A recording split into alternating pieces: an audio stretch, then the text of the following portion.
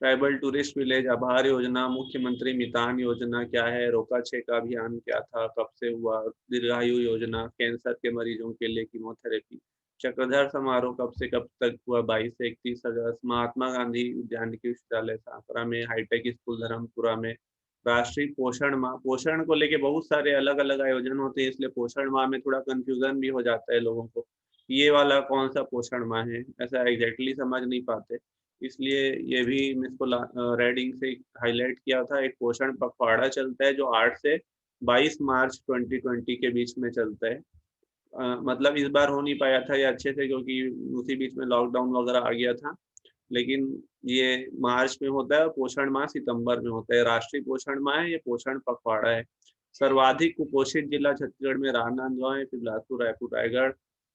मैं बस एक फास्ट ये बता रहा हूँ क्योंकि काफ़ी बच्चे नए आए हुए हैं, कुछ लोग बस इसमें पुराने हैं।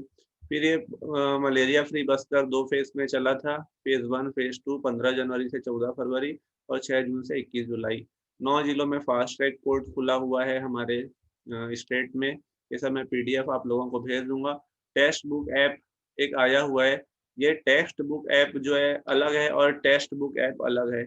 इसमें 9th और 10th क्लास की किताबें प्ले स्टोर में डाल दी गई हैं।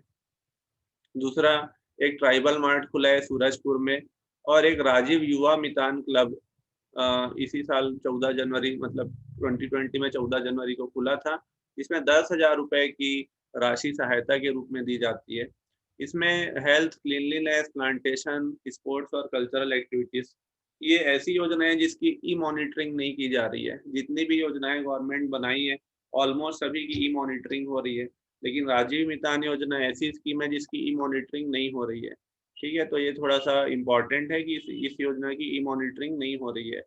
और ये बीच-बीच में कुछ-कुछ और पखवाड़े मनाए जाते हैं, जैसे कृमि मुक्ति दिवस 23 से 30 सितंबर, शिशु संरक्षण सप्ताह 14 जुलाई से 14 अगस्त, फाइलेरिया मुक्ति अभियान 23 नवंबर से चालू हुआ था, कृमिनाशक दवा जो देते हैं एल्बेंडाजोल, उसके साथ-साथ कुछ-कुछ और हम लोगों ने इम्पोर्टेंट चीज़ें देखी थी, जैसे मकरभंजा जलप्रपात महान नदी में है, जशपुर में, नीला झरना, नीलम सरी जलप्रपात है, उसूर बीजापुर में, गांधी ग्राम कुलगांव को बोला जाता है, कांकेर में, ग्रामोद्योग प्रक्षेत्र सुकमा, कांकेर एवं दुर्ग में खोला गया है, पीपीपी एथेनॉल प्लांट पहला पब्लिक प्राइवेट पार्टनरशिप का भोरामदेव शक्कर कारखाना और प्रथम रक्षा उद्योग इकाई बीरेफाट दुर्ग में खोला गया है, जहाँ बुलेट प्रूफ जैकेट का निर्माण कराया जा रहा है। ठीक है? तो ये सब चीज़ों को हम लोगों ने पिछली क्लास में पढ़ा था और मैं इसको आप लोगों को पीडीएफ शेयर कर दूँगा। जो लोग इसमें इस परीक्षा में शेयर अटेम्प्ट करने वाले हैं, वो अपना उसमें लिख दीजिएगा चैट बॉक्स में। जिन लोगों को चाहिए होगा वो अपनी ईमेल आईडी डाल दीजिएगा, मैं उसमें डाल दूँगा। ठीक है?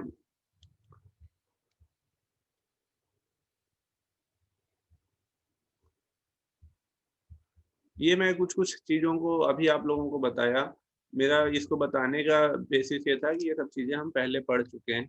अभी मैं आप लोगों को ऐसी चीज़ें बता रहा हूँ, पढ़ा रहा हूँ, जो कि परीक्षा में कम पढ़ने से वो सब क्वेश्चन परीक्षा में जनरली पूछे जाते हैं। तो ऐसे टॉपिक में आप लोगों को ज़्यादा बता रहा हूँ। फॉर एग्ज़ाम्पल 1 सेकंड, ये आप लोगों को स्क्रीन में दिख रहा होगा शायद। देखिए, हर बार इससे कुछ ना कुछ क्वेश्चन आता है, फॉरेस्ट कवर और वनावरण, वृक्षावरण से संबंधित forest survey of India report को लेके हर बार कोई एक ना एक क्वेश्चन इस परीक्षा में आता है, ठीक है? तो इसमें कुछ विशेष नहीं है, जो डाटा है वो ये है कि देश का कुल वनावरण कितना है, भौगोलिक क्षेत्र का कितना प्रतिशत वनावरण है, 24.56%। भारत के पास अगर 100 यूनिट ज़मीन है तो 25 साढ़े 24 यूनिट में जंगल है। गवर्नमेंट इसको 33 करना चाह रही है, 33% करना चाह रही है, ठीक है? वैसे ही वृद्धि कितनी हुई है पिछली फॉरेस्ट सर्विस रिपोर्ट से इस फॉरेस्ट रिपोर्ट में वृद्धि कितनी हुई है? तो वृद्धि कितनी हुई है? 5,188 किलोमीटर। सभी डाटा परीक्षा में पूछे जाते हैं। उसके बाद वनावरण और वृक्षावरण, वृक्ष मतलब पेड़ और वन यानी जंगल। अगर हम केवल जंगल के एरिया को काउंट करते हैं तो वनावरण कहलाता है। जंगल के साथ-साथ वृक्ष इधर-उधर जो लगे हुए हैं, क्योंकि सैटेलाइट इमेजिंग से ये काम होता है, उसको भी कंसीडर किया गया तो वृक्ष आवरण माना जाता है। ठीक है, वृक्ष आवरण में ये दोनों परीक्षा में शब्द आता है तो सब इसको कंफ्यूज हो जाते हैं कि कौन सा वाला हमारा है, हम कौन सा याद करके आए। तो हमेशा याद रखिएगा, वनावरण में वृद्धि ज़्यादा होती है, गवर्नमेंट जंगल में ग्रोथ दिखाना चाहती है, वृक्षावरण तो कहीं पे भी पेड़ लगा। अच्छा, दूसरी चीज़ ये है कि जंगल क्या होता है, भारत सरकार इसको डिफाइन नहीं कर पाई है किसी भी कानून में। गवर्नमेंट ऑफ इंडिया के किसी कानून में ये नहीं बताया गया है कि जंगल क्या होता है, ठीक है। दूसरी चीज़, सर्वाधिक वन क्षेत्र वाले राज्य में तीसरा नंबर छत्तीसगढ़ का है, इसके हिसाब से अगर फॉरेस्ट सर्वे को लेंगे, लेकिन आंसर कई बार अलग-अलग लेती है जो पीएससी है हमारी, तो इसको आप लोग अपने अपने विवेक से इसको सॉल्व करिएगा कि 3 मारना है कि 4 मारना है, ठीक है। दूसरी चीज़ दूसरी चीज़ ये कि सबसे ज़्यादा वृद्धि किसमें हुई है, इसको कई परीक्षा में पूछा जाता है। तो कर्नाटक में सबसे ज़्यादा वृद्धि हुई, आंध्र प्रदेश, केरल। सबसे ज़्यादा वनावरण कहाँ पर है? वन का आवरण वाला मिज़ोरम है, ठीक है? उसके बाद आता है वेटलैंड। वेटलैंड से संबंधित एक कन्वेंशन है जिसको हम बोलते हैं रामसर कन्वेंशन। भारत में जो है 42 रामसर साइट हैं। यहाँ पे मैं लिखा हूँ, भारत में क्या है 42 रामसर साइट्स हो गई हैं दिसंबर तक। कई मैगजीन वगैरह में मैं पढ़ रहा था कि उसमें लिखा हुआ था कि 41 रामसर साइट है। 41 नहीं है, 42 है। भारत सरकार की वेबसाइट में भी डला हुआ है, भारत में अभी 42 रामसर साइट हो गई है। रामसर साइट क्या होता है? रामसर साइट ऐसे स्थल होते हैं, ऐसी आर्द्र भूमि होती है जो इसका इकोलॉजिकली बहुत ज्यादा महत्व होता है। उनको रामसर एक कन्वेंशन हुआ था, पेरिस का एक ये एग्रीमेंट था समझ लीजिए, उसमें चिन्हांकन किया जाता है कि ये क्षेत्र जो है इम्पोर्टेंट क्षेत्र है, ठीक है। कुछ चैट बॉक्स में कुछ लोग लिख रहे हैं क्या? अच्छा। दूसरी चीज मैनग्रूव्स, देखिए मैनग्रूव्स को लेके दो टाइप का क्वेश्चन आता है। एक तो पूछा जाता है कि सबसे ज्यादा उत्पादकता कहाँ पर है, सबसे ज्यादा उत्पादकता कहाँ पर है? जितने भी विश्व में जितने भी जैव क्षेत्र हैं, सबसे ज्यादा उत्पादकता मैनग्रूव्स में ही पाई जाती है। नेट प्राइमरी प्रोडक्टिविटी सबसे ज्यादा मैनग्रूव में होती है, ठीक है। इसको लेके कई बार क्वेश्चन भी आते हैं। भारत में जो है 4,975 वर्ग किलोमीटर है और सबसे ज्यादा वो भी गुजरात में मैंग्रोव्स, ठीक है। इसके बाद ये मैं आपको पहले ही बताया कि मैं ऐसे टॉपिक्स छांट छांट के आप लोगों की जानकारी में आज ला रहा हूँ जो कम चीज पढ़ के ज्यादा क्वेश्चन आए, जिससे एक ना एक क्वेश्चन लगभग फिक्स रहता है आना। इस टाइप के टॉपिक मैं ज्यादा आज कवर किया हूँ। ऐसा मेरा कोई इरादा नहीं है कि मैं एकदम आपको सिलेबस कंप्लीट करा दूंगा, ऐसा वाला कोई मैं क्लेम नहीं कर रहा हूँ, लेकिन मैं ये चाह रहा हूँ कि आपको ज्यादा से कम पढ़ के ज्यादा से ज्यादा क्वेश्चन आप लोगों के बन जाएं। मेरा एम बस बेसिकली यही है। तो राजीव गांधी जो खेल रत्न पुरस्कार मिला है, 5 लोगों को मिला है। सबसे ज्यादा ये क्वेश्चन आने की संभावना है क्रिकेट को लेके ही पूछा जाता है, तो क्रिकेट को लेके पूछेगा तो ऑप्शन में विराट कोहली जरूर ऑप्शन में रखेगा, ठीक है। तो आपको विराट कोहली देख के टिक नहीं मारना है, रोहित शर्मा को मिला था। और इन खिलाड़ियों का किससे संबंध है ये भी पूछ सकता है, जैसे दे देगा रानी रामपाल किस खेल से संबंधित है। आपको अगर पता है कि इसको राजीव गांधी रत्न पुरस्कार मिला हुआ है, तो आप क्या करेंगे, जान जाएंगे कि हाँ ये 6-5 लोगों को मिला था, रानी रामपाल को हॉकी में मिला था। वो सीधे ये ना पूछ के कि राजीव गांधी खेल रत्न पुरस्कार किसको मिला है, ये भी पूछ सकता है कि रानी रामपाल का किस खेल से संबंध है, ठीक है।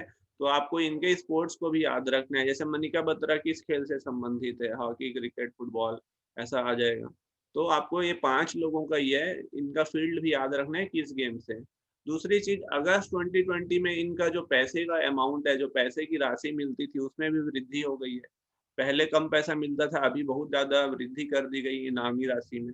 तो इसलिए ये इनामी राशि भी इस साल इम्पोर्टेंट हो गई है, क्योंकि इसी साल परिवर्तित हुई है। पिछले साल तक की परीक्षा में ये इम्पोर्टेंट नहीं था, लेकिन इस साल की परीक्षा में ये इम्पोर्टेंट हो गया है। क्यों? क्योंकि वृद्धि हुई है। जैसे राजीव गांधी खेल रत्न में 25 लाख रुपए मिल रहे हैं, अर्जुन पुरस्कार 15, द्रोणाचार्य एक लाइफ टाइम मिलता है टीचर को, वो जो जीवन पर्यंत अच्छा काम किया रहता है उसको लाइफ टाइम अवार्ड मिलता है। तो ये लाइफ टाइम अवार्ड वाले को 15 लाख रुपए, और जो हर साल मिलता है उसको 10 लाख रुपए, और एक ध्यानचंद पुरस्कार है 10 लाख रुपए। ये इनामी राशि में राजीव गांधी अर्जुन पुरस्कार और द्रोणाचार्य पुरस्कार बहुत इंपॉर्टेंट है। इसकी इनामी राशि इसी साल परिवर्तित हुई है, इसलिए आपकी परीक्षा में इसको पूछ भी सकता है।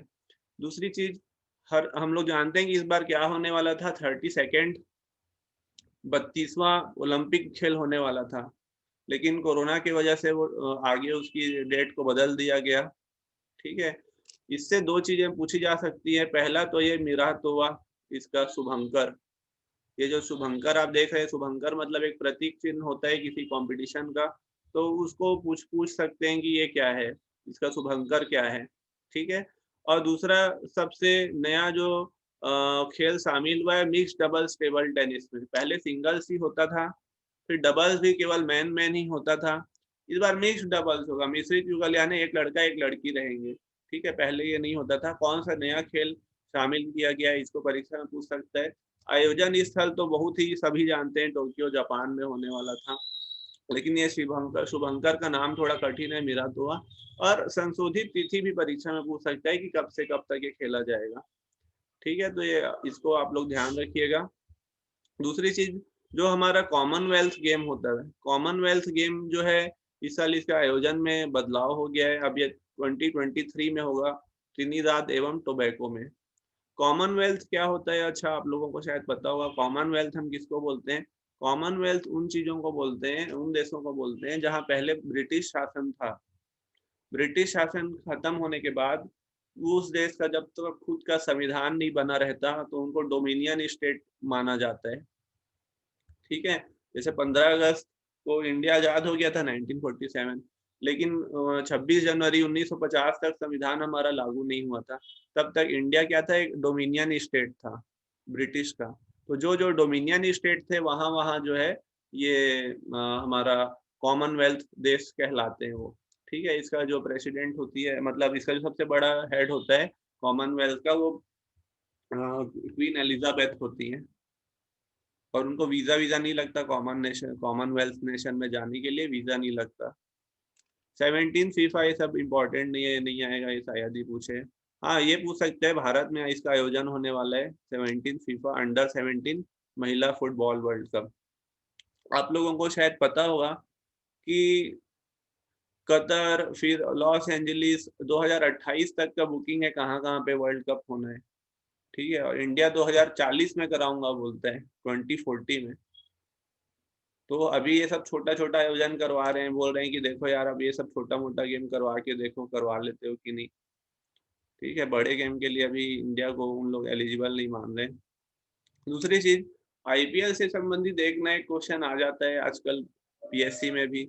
तो आईपीएल कब से कब हुआ था? 13वां आईपीएल 19 से सितंबर से 10 नवंबर तक हुआ था, 8 टीम खेली थी। ठीक है, और इसमें जो ज्यादा चीजों को पूछता है वो पूछता है विजेता कौन था। ये तो शायद ही पूछे, मुंबई इंडियंस था उपविजेता दिल्ली कैपिटल से। लेकिन ज्यादातर जिसको पूछता है, इन 3 क्वेश्चन को पूछता है। सर्वाधिक रन के राहुल, सर्वाधिक विकेट ये रबाडा, और प्लेयर ऑफ द सीरीज यानी मैन ऑफ द सीरीज जो होता है जोफ्रा आर्चर। ये 3 चीजों को सामान्यतः पूछता है। अब ज्यादा ही कठिन क्वेश्चन करेगा आईपीएल से, तो पूछेगा इनमें से किस किस शहर में आयोजित हुआ। दुबई में हुआ, शारजा में हुआ, और आबू धाबी में हुआ। 3 जगह मैच खेले गए थे। ठीक है, ये जो आप देख रहे हो 3 जगह, दुबई, शारजा और आबू धाबी में। बैडमिंटन को लेके शायद ही कभी पूछे, ये सब नहीं पूछेगा। लॉन टेनिस, इसको हमेशा पूछता है। लॉन टेनिस देखो, दुनिया में जो है ना 4 ग्रैंड स्लैम है लॉन टेनिस में, इसको सब जानते हैं। लेकिन एक एक ग्रैंड स्लैम है जो जिसको हम सामान्यतः एक शब्द पढ़ते हैं उसके लिए, रोलैंड गैरोस, रोलैंड गैरोस बोलते हैं। ठीक है, ये जो रोलैंड गैरोस है ये किससे संबंधित है? ये जो रोलैंड गैरोस है एक मैदान है, ये वहाँ का वर्ल्ड वॉर का जो मेमोरियल था, समझ लीजिए, एविएटर था, उसके सम्मान में मैदान का नाम रखा गया है। परीक्षा में ऐसा क्वेश्चन आता है कि रोलैंड गैरोस किससे संबंधित है। ठीक है, तो जो रोलैंड गैरोस है वो फ्रेंच ओपन से संबंधित है, और फ्रेंच ओपन इकलौता ऐसा ग्रैंड स्लैम है जो रेड क्ले में खेला जाता है, लाल बजरी में खेला जाता है। बाकी या तो ग्रास में होगा, विंबलडन क्या होता है, ग्रास में होता है। और केवल एक ही टूर्नामेंट है विंबलडन जो ग्रास में खेला जाता है। ठीक है, ये यूएस ओपन सिंथेटिक कोर्ट में खेला जाता है, ये भी सिंथेटिक कोर्ट, और ऑस्ट्रेलियन ओपन भी सिंथेटिक कोर्ट में खेला जाता है। ऑस्ट्रेलियन ओपन भी क्या कहाँ खेला जाता है? सिंथेटिक कोर्ट में। रेड क्ले में खेला जाता है रोलैंड गैरोस, और घास में खेला जाता है विंबलडन। ये जो यूएस ओपन होता है ये न्यूयॉर्क में होता है। ऑस्ट्रेलियन ओपन जो होता है मेलबोर्न में होता है, मेलबोर्न ऑस्ट्रेलिया में। फ्रेंच ओपन पेरिस में खेला जाता है, पेरिस में जो जो मैदान है जहाँ खेला जाता है उसको रोलैंड गैरोस बोलते हैं। और विंबलडन खेला जाता है लंदन में, लंदन के पास जगह है जिसका नाम हम विंबलडन उस क्षेत्र काउंटी क्षेत्र का नाम है, और वहां पे ग्रास का टूर्नामेंट होता है। सबसे प्रेस्टिजियस और सबसे पुराना जो ग्रैंड स्लैम है वो ये विंबलडन है। ठीक है, सबसे बड़ी इनामी राशि भी विंबलडन में होती है और सबसे पुराना भी यही है। ओल्डेस्ट ग्रैंड स्लैम कौन सा है? विंबलडन है। रोजर फेडरर है, सबसे ज्यादा बार विंबलडन टाइटल जीते हुए हैं। इसमें आप लोग ये याद रखिएगा, प्लेयर को इस साल पूछ सकते हैं क्योंकि अलग अलग प्लेयर है, जैसे डोमिनिक थीम यूएस ओपन जीते थे, ऑस्ट्रेलियन ओपन नोवाक जोकोविच, और फ्रेंच ओपन राफेल नडाल। इस साल विंबलडन आयोजित नहीं हुआ है, बाकी सभी तो जो है आयोजित हुए हैं ग्रैंड स्लैम, लेकिन विंबलडन आयोजित नहीं हुआ है। और विंबलडन ऐसा इकलौता ग्रैंड स्लैम है जहाँ ड्रेस कोड है। आपको वहां जाना है तो आपको एक खास किस्म का कपड़ा पहन के जाना पड़ेगा। ठीक है, अगर ढंग से कपड़ा नहीं पहने हो तो बाहर लेके चले जाते हैं, जाओ यहाँ से बोल देते हैं। अगर रॉयल बॉक्स में बैठा है आपको तो आपको कोट और टाई भी पहनना पड़ेगा। ठीक है, रॉयल बॉक्स में अगर आपको बैठाया गया है तो कोट और टाई भी पहनना पड़ेगा। एक बार की बात है, फार्मूला 1 प्लेयर थे Lewis Hamilton, formula 1 car racing होती है, वो टी शर्ट और लोअर पहन के चले गए थे वहां, यार मैं तो फार्मूला 1 चैंपियन हूँ, वर्ल्ड चैंपियन। तो विंबलडन वाले बोले बाहर जाओ भैया, नहीं बैठने मिलेगा। बोले कि यार क्या बेइज्जती है भैया, मैं तो फार्मूला 1 का नंबर 1 प्लेयर हूँ। तो बोले कि नहीं नहीं नहीं नहीं, हमको मतलब नहीं है भैया, हमारे सिस्टम से बैठोगे, और भगा दिए। ठीक है, ये सब जो एक्स्ट्रा एलिट चीजें हैं इसके कारण विंबलडन की एक गरिमा है दुनिया में, और यहाँ के टिकट्स भी काफी महंगे रहते हैं। दूसरी चीज, खेलो इंडिया गेम हुआ था जनवरी में हमारे देश में 2020 में, 20 खेल इसमें शामिल थे। गुवाहाटी में मैच हुआ था, खेल हुए थे। अभी स्टेडियम बनाने का कंपटीशन चल रहा है। स्टेडियम बनाने का कंपटीशन ऐसा चल रहा है कि हर स्टेट सोच रहा है कि वर्ल्ड का सबसे बड़ा स्टेडियम मैं बना दूं। ठीक है, तो जो रिस्पेक्ट मेलबोर्न एमसीजी का है वो क्या है ना, उसकी एक अलग ही गरिमा है। उसको लोग भले 1.5 लाख की सीटिंग कैपेसिटी का स्टेडियम बना दे, लेकिन जो ग्राउंड का ऐतिहासिक महत्व है उसके कारण ग्राउंड को जाना जाता है। जैसे लॉर्ड्स का क्रिकेट मैदान है, उसकी कुछ अपनी गरिमा है, इसलिए उसका रिस्पेक्ट है। इसलिए नहीं कि लॉर्ड्स का मैदान में 2 लाख लोग आ जाते हैं, वहां तो 40,000 अटेंडेंस है। तो मेलबोर्न सबसे बड़ा है। फिर मोटारा स्टेडियम जहां अभी नमस्ते ट्रम्प हुआ था फरवरी में, पिछले साल 26 फरवरी को। और ये चॉप स्टेडियम नया बन रहा है 75,000 की क्षमता वाला, जयपुर में। कुछ लोग कुछ लिख रहे हैं क्या? अच्छा, ईमेल एड्रेस लिख रहे हैं। अमेरिकन राष्ट्रपति चुनाव लड़ाई झगड़ा चल रहा है, अभी तक हार नहीं मान रहे हैं ट्रम्प। ज्यादा से ज्यादा आपसे पूछेगा तो ये पूछेगा कि मतदान कब हुआ था?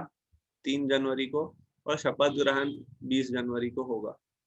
ठीक है, इंडिया में जैसे क्या है, 7-8 ठोक राष्ट्रीय दल हैं और कुछ कुछ छोटे छोटे लोकल पार्टीज भी हैं। लेकिन अमेरिका में ऐसा नहीं है, अमेरिका में केवल 2 पार्टीज हैं, डेमोक्रेटिक और रिपब्लिक। या तो ये रहोगे या तो ये रहोगे। तो ये जो बाइडन है डेमोक्रेटिक है, इस बार इनको 306 इलेक्टोरल वोट मिले हुए हैं। ठीक है, दूसरी चीज वहां पे लड़ाई झगड़ा इसलिए हो रहा है क्योंकि वोटिंग को लेके वो बोल रहे हैं कि बहुत सारे वोट गलती हो गई है, गलत क्रेडिट किए गए हैं, इसलिए इसको लेके लड़ाई झगड़ा चल रहा है। दूसरी चीज हम भारत सरकार की कुछ महत्वपूर्ण योजनाओं के विषय में आज पढ़ेंगे। देखिए, गवर्नमेंट ऑफ इंडिया की स्कीम्स 2-3 जरूर क्वेश्चन में आ जाती हैं, 2 तो कम से कम पूछ ही लेता है। क्योंकि CGPSC का जो स्टेट लेवल सर्विसेज का क्वेश्चन पेपर होता है वो सामान्यतः छत्तीसगढ़ में सेट नहीं किया जाता, कोई बाहर का ही एग्जाम लेने वाला उसको सेट करता है। तो अभी एक जल जीवन मिशन बहुत हाईलाइटेड मिशन है, जिसका टारगेट पूछता है कि टारगेट क्या है। टारगेट है 2024 तक, 2024 तक वो चाह रहे हैं कि 2024 तक हमारे सभी घर में नल हो जाए, 2024 तक प्रत्येक ग्रामीण परिवार को घरेलू नल कनेक्शन मिल जाए, ये इसका टारगेट है। 15 अगस्त को ये शुरू हुआ है। यार मेरे में वेटिंग शो हो रहा है लेकिन मैं ज्वाइन नहीं कर पा रहा हूँ, पता नहीं क्या दिक्कत आ रही है। 4 लोग और, अच्छा आ गया आ गया। हाँ, तो ये जो जल जीवन मिशन है ये बहुत हाईली सिग्निफिकेंट स्कीम है, इसलिए इसको परीक्षा में पूछ सकता है, आप लोग इसको ध्यान रखिएगा। और इसका जो टारगेट ईयर है, ये जो टारगेट ईयर है कि कब हुआ था, क्या उसका टारगेट था, इसको जरूर ध्यान रखिएगा। 2024 तक इसको गवर्नमेंट ऑफ इंडिया का ये टारगेट है। दूसरी चीज जन धन खाता। जन धन खाता हम लोग सब जानते हैं। जन धन खाता जो है, अरे सॉरी इसमें कुछ, एक सेकेंड, टेक्स्ट। जन धन खाता जो है, आज ये नहीं पूछेगा कि कुल खाता कितना है। छत्तीसगढ़ में पूछ सकता है कि छत्तीसगढ़ में कुल जन धन खाते कितने मिले। बहुत ज्यादा पूछेगा तो ये पूछेगा कि जन धन खाता योजना कब से लागू हुई है। लेकिन अगर कोई टेढ़ा आदमी पेपर सेट किया तो ये पूछेगा एक्टिव अकाउंट कितना है। एक्टिव अकाउंट है 34.81 करोड़, इतने ही खाते सक्रिय। ऊपर से अगर बहुत ज्यादा कठिन पूछेगा तो ये पूछेगा कि प्रति खाता औसत जमा राशि कितनी है। तो 3,259 रुपए लगभग सभी खातों का एवरेज है। जितनी भी कुल राशि जमा है 1,31,31,00,000 करोड़, 1.31 लाख करोड़ रुपए जमा है, जिसमें से सभी लोगों का पैसा टोटल इतना है। एवरेज पैसा कितना है वो हम बता रहे हैं, 3,259 रुपए। एक गरीब कल्याण योजना अभी जून में स्टार्ट हुई है कि आजीविका के अवसरों को बढ़ाना है। 6 राज्यों का इसमें चयन किया गया है। दूसरी बहुत इंपॉर्टेंट स्कीम है स्वनिधि। ऐसी हर स्कीम इंपॉर्टेंट होती है जिसके नाम से ये समझ में नहीं आए कि ये स्कीम किस सेक्टर से संबंधित है। ठीक है, तो ये स्वनिधि स्कीम 1 जून 2020 से चालू हुई है। जो ठेले सड़क किनारे जो दुकान वाले ठेले वाले रहते हैं उनको 10,000 रुपए की आर्थिक सहायता इसमें दी जा रही है। इसे परीक्षा में सीधा पूछेगा पीएम स्वनिधि स्कीम किससे संबंधित है। तो पीएम स्वनिधि स्कीम संबंधित है कि जो सड़क किनारे सामान बेचते हैं तो सड़क किनारे सामान बेचने वालों को 10,000 रुपए की आर्थिक सहायता देना, ये इसका लक्ष्य है। दूसरा जो अभी टनल वनल बनी है हमारे देश में, क्या क्या इंपॉर्टेंट टनल बनी है। ये एक टनल बनी है, थोड़ा इसमें क्रिटिसाइज किया गया था पीएम की फोटो सेशन जो हुआ था कि ब्लैंक टनल में वो हाथ वेव कर रहे थे। तो इस तरीके की जो हाईलाइटेड चीजें हो जाती हैं तो और भी पूछा जाता है। और इसका और भी सिग्निफिकेंस है कि सबसे लंबा हाईवे टनल है। ये टर्नल लिख दिया है, टर्नल नहीं है टनल है, जो कि लाहौल स्पीति में पीर पंजाल पर्वत श्रेणी से संलग्न है। ठीक है, और कहाँ पे स्थित है, रोहतांग दर्रे में स्थित है। दो तरीके से पूछेगा, कहाँ पर स्थित है, लंबाई कितनी है, तीसरा चीज कौन से दर्रे में स्थित है, रोहतांग दर्रे में, रोहतांग दर्रे में स्थित है। दूसरी चीज गिरनार रोपवे, भारत का सबसे लंबा रोपवे एक मंदिर है दत्तात्रेय जी का, दत्तात्रेय लिख दिया है, ये दत्तात्रेय जी का मंदिर है जो जहाँ पहुंचने के लिए सबसे बड़ा रोपवे ये चालू किया गया है। दूसरा ये नेचपी सुरंग टनल है, अरुणाचल प्रदेश में इसको खोला गया है। फिर अभी एक नया इन्वेंशन हुआ कि सौर ऊर्जा से चलने वाली एक मिनी ट्रेन बनाई गई है जो केरल में चलती है। तो ये भी इम्पोर्टेंट है, मिनी ट्रेन कहाँ पे चलती है। फिर कुछ कुछ अभियान है, संकल्प पर संस्कृति मंत्रालय, बरगद का पेड़, ये सब पेड़ लगाइए, इसको नहीं पूछेगा। एक भारत श्रेष्ठ भारत शायद ही पूछे, लेकिन इसमें ये स्कीम बहुत अच्छी थी। एनएसएस वाले भी इसमें काम करते हैं कि एक स्टेट को दूसरा स्टेट दिया जाता है। इसमें क्वेश्चन ये पूछ सकता है कि छत्तीसगढ़ का पार्टनर कौन है। छत्तीसगढ़ का पार्टनर है गुजरात। छत्तीसगढ़ का जो पार्टनर स्टेट है वो गुजरात है एक भारत श्रेष्ठ भारत में। आपसे शायद ये पूछे कब चालू हुआ, कब से शुरू किया गया है, लेकिन छत्तीसगढ़ का पार्टनर स्टेट कौन है इसको जरूर पूछ सकता है। आप में से जो एनएसएस वाले होंगे वो शायद जानते होंगे कि इसका पार्टनर स्टेट हमारा छत्तीसगढ़ का गुजरात है। दूसरा एक ये मेरी सहेली पहल, इसको नहीं पूछने वाला, ये मत पढ़िएगा। ऑपरेशन वनीला, कोई भी चीज जिसका कुछ खास नाम होता है वो इम्पोर्टेंट होती है। तो ऑपरेशन वनीला जो है वो मेडागास्कर में आपदा राहत में सहायता के लिए एक क्षेत्र है मेडागास्कर, वहां पर आपदा राहत के लिए ऑपरेशन वनीला चलाया गया था। तो ये ऑपरेशन वनीला जो है भारतीय सेना में मेडागास्कर, सॉरी भारतीय नौसेना ने किया था, मिलिट्री वाला नहीं था, ठीक है, ये नेवी वाला था। फिर ये रेड लाइट ऑन, एयर प्रदूषण वाले के लिए गाड़ी, रेड लाइट में आपको गाड़ी बंद करना है करके दिल्ली सरकार का अभियान था। कुछ चीजें इंटरनेशनली हमेशा परीक्षा में पूछी जाती हैं, G7 G20 ये सब हम अक्सर पढ़ते आ रहे हैं। जैसे एक क्वेश्चन पूछा जाता है 2+2 डायलॉग किस देश से संबंधित है। ये जब भी 2+2 डायलॉग आए तो समझ जाना इंडिया अमेरिका से संबंधित है। दूसरा एक और इम्पोर्टेंट समझौता हुआ है बेका। बेका समझौता इसके लिए हुआ है कि किसी के ऊपर खुफिया कार्रवाई करना है, खुफिया सूचना आदान प्रदान करना है, तो उसके लिए बेका, basic exchange cooperation agreement, India और अमेरिका के बीच हुआ है। इसको परीक्षा में पूछ सकता है कि बेका किससे संबंधित है, पहले चीज। दूसरा पूछेगा कि ये किस किस देश के बीच संबंधित है। फिर पूछेगा किस नहीं नहीं पूछ सकते, दो चीज पूछेगा, इससे ज्यादा और नहीं पूछेगा। फिर एक क्वाड्रिलेटरल सिक्योरिटी डायलॉग, क्वाड शुरू हुआ है। क्वाड में कौन कौन दोस्त हैं? भारत, अमेरिका, जापान और ऑस्ट्रेलिया। इसमें ये इंडिया बोल रहा है जापान को कि भैया 5G टेक्निक सस्ती वाली जो लेके आओगे हमको भी बताना। इसको टेक्नोलॉजी ट्रांसफर बोलते हैं। जैसे इंडिया वाले वैक्सीन बनाए क्या? इंडिया वाले वैक्सीन अपने दम पे पूरी ऑटोजेनिक खुद सेल्फ जनरेटेड नहीं बना पाए। वो बनाया ऑस्ट्रेलिया, ऑक्सफोर्ड का, और एस्ट्राजेनिका की जो वैक्सीन बनी उसे सीरम इंस्टीट्यूट वाले बोले कि भैया हमको बताओ कैसे बनाए। तो बोले टेक्नोलॉजी ट्रांसफर का डील करना पड़ेगा, आप जितनी भी दवा बनाओगे उसका इतना प्रतिशत लाभ का हमको दोगे। बोले ठीक है, नेगोशिएशन हुआ, मान गए।